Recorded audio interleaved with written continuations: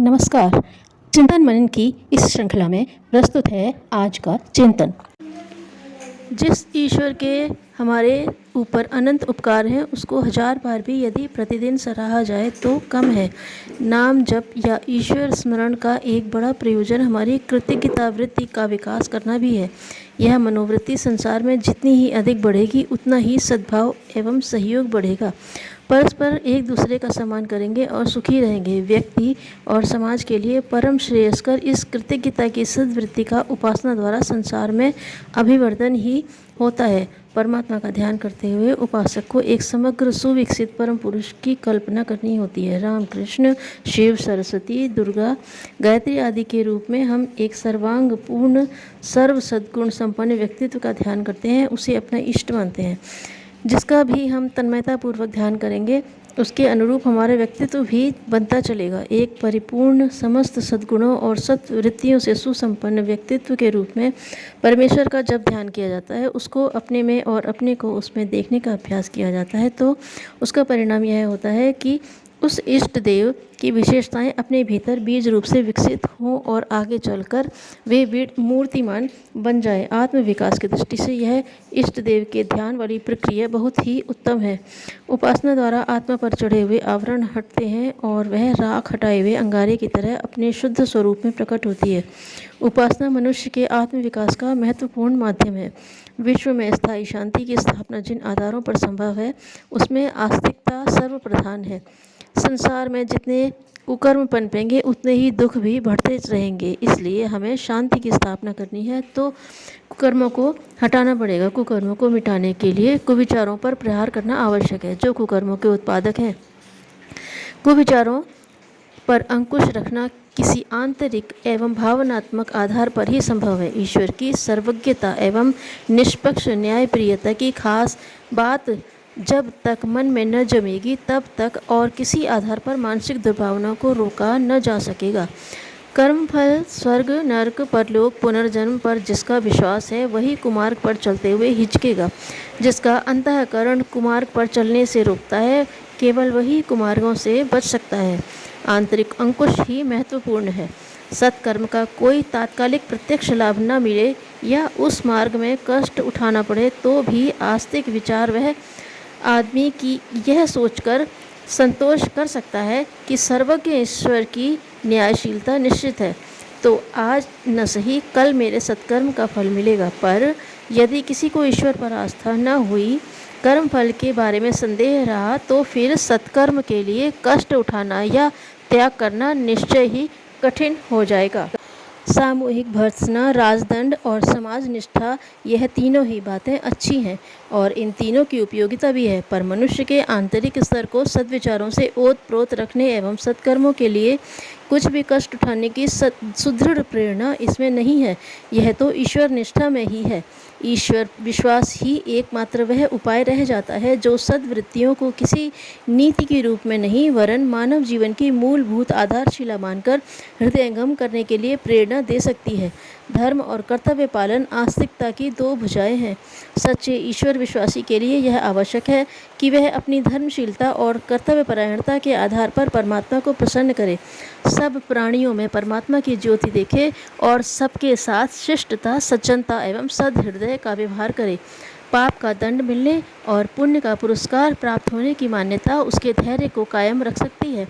इस उल्टी दुनिया में सन्मार्ग पर चलते हुए कष्ट भी उठाने पड़े तो परलोक या अगले जन्म में मिल जाने की आशा भी उसे कठिन अवसरों पर विचलित होने से रोके रह सकती है। आस्तिकता के आध्यात्मिक लाभ असंख्य हैं। स्वर्ग और मुक्ति का आनंद प्राप्त होना, भवबंधनों से छूटना, जीवन का आनंद लेना, रिद्धि सिद्धियों की उपलब्धि, ईश्वर की कृपा द्वारा कष्टों से छुटकारा, आत्मबल की वृद्धि आदि अगणित लाभ आस्तिकता एवं उपासना से संबंधित हैं। पर सामाजिक एवं लौकिक दृष्टि से आस्तिकता का सबसे बड़ा लाभ यह है कि वह मनुष्य को कुकर्म करने से ही नहीं कुविचारों से भी दूर रहने की प्रेरणा देती है। आत्मनियंत्रण का यही उपाय ऐसा है कि जो हमारे नैतिक मूल्यों की प्रतिष्ठा को जनमानस में गहराई तक समाये रह सकता है। अपने सुधार और दूसरों के साथ सद्व्यवहार की जिस प्रक्रिया के ऊपर विश्व शांति की संभावना निर्भर है, उसके लिए आस्तिकता ही एक प्रेरक शक्ति का केंद्र बन सकती है। जीव लघु से महान बने, अणु से विभु के रूप में विकसित हो, आत्मा को परमात्मा के रूप में परिणत करे। यह आकांक्षा आस्तिकता के आधार पर ही तो जागृत होगी, और इस आकांक्षा की पूर्ति के लिए उसे धर्मनिष्ठा, आत्मसंयम, परोपकार एवं सदाचार का अनिवार्यतः अवलंबन करना पड़ेगा। यही वह मार्ग हो सकता है जो हमारी वैयक्तिक एवं सामाजिक दुरावस्था का समाधान करके वह परिस्थिति उत्पन्न करे जिसमें सब लोग सुखपूर्वक रह सकें और विश्वव्यापी शांति का सुखद आनंद अनुभव कर सकें। जीव अन्य क्षुद्र योनियों में से क्रमशः विकास करता हुआ मानव योनि के उच्चतर स्तर तक आया है। अब उसे ऋषित्व और देवत्व की कक्षाएं पार करते हुए ईश्वर का अनंत ऐश्वर्य प्राप्त करना है। यह कार्य अपूर्णताएं दूर करते चलने से ही संभव है। पूर्ण परमात्मा में पूर्ण जीवों का ही लय होता है। जल में जल ही घुलता है, लोहा नहीं। ईश्वर की जो प्रकृति एवं प्रवृत्ति है, उसी प्रकार की अंतश्चेतना जिस दिन हमारी हो जाएगी, अपने आप पूर्णता का लक्ष्य प्राप्त कर लेंगे। उपासना हमें लघु से महान बनने की प्रेरणा देती है। ईश्वर को अपने में धारण करना अथवा अपने को ईश्वर में समर्पण करना एक ही बात को दो ढंग से कहना मात्र है। यह प्रयोजन वाणी से करने और कल्पना से सोचने पर सिद्ध नहीं होता, वरन जीवन की रीति नीति ऐसी बनानी पड़ती है जिसमें से अपूर्णताओं, त्रुटियों का निष्कासन एवं महानताओं का अभिवर्धन निरंतर होता रहे। प्रातः उठते समय दिन भर का श्रेष्ठता युक्त कार्यक्रम बनाना और रात्रि को सोते समय दिन भर की क्रिया पद्धति को इस कसौटी पर कसना कि पूर्णता की दिशा में प्रगति कराती है कि नहीं, उपासना का आवश्यक अंग है।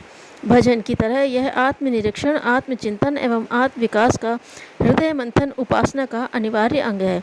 हम जैसे जैसे उदार एवं महान होते जाते हैं, वैसे वैसे ही आत्मोत्कर्ष का उद्देश्य पूरा होता है। लघु से महान, अणु से विभु, परमात्मा, आत्मा से परमात्मा, नर से नारायण, पुरुष से पुरुषोत्तम बनने की विचारधारा का नाम आस्तिकता है, और उसका दैनिक अभ्यास, भावनात्मक व्यायाम करने की प्रक्रिया को उपासना कहते हैं। सच्चे आधार पर की हुई उपासना का प्रभाव साधक के जीवन में दिन दिन अधिक प्रखर होता चलता है और उसका व्यक्तित्व दूसरों की अपेक्षा अत्यधिक प्रकाशवान बनने लगता है। जो आत्मविकास कर रहा होगा, उसकी क्षमता, प्रतिभा, गरिमा, महिमा सभी कुछ बढ़ रही होगी। इसकी पहचान उसके संतुष्ट प्रभाव एवं समुन्नत अंतःकरण के रूप में कभी भी परखी जा सकती है। मानव जीवन की सार्थकता इसी स्थिति को प्राप्त करने में अनुभव होती है।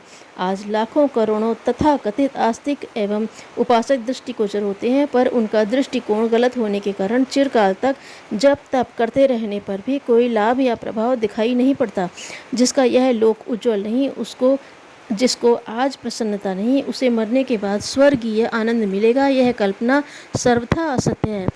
स्वर्ग तो सद्भावनाओं की प्रतिक्रिया मात्र है, जिसके लिए मरने के बाद या मरने से पहले जैसा स्तर नहीं किया जा सकता। वह स्थिति तो जब भी जिसकी होगी, तभी उसे आनंद का अनुभव मिल रहा होगा। आज के तथाकथित आस्तिक व लौकिक दृष्टि से समृद्ध हैं और न आध्यात्मिक दृष्टि से समुन्नत। ऐसी दशा में यह मानना पड़ेगा कि उनकी क्रिया व्यवस्था में ही कहीं दोष है। सच्ची उपासना सच्चे हीरे या स्वर्ण की तरह है, जिसके बदले में सहज ही अभीष्ट वस्तुएं प्राप्त की जा सकती हैं। कांच का बना हीरा और मुलम्मे का नकली सोना जिस प्रकार किसी की समृद्धि नहीं बढ़ाता, उसी प्रकार भ्रांत आस्तिकता भी किसी उपासक की प्रगति में कोई सहायक नहीं होती। धन्यवाद।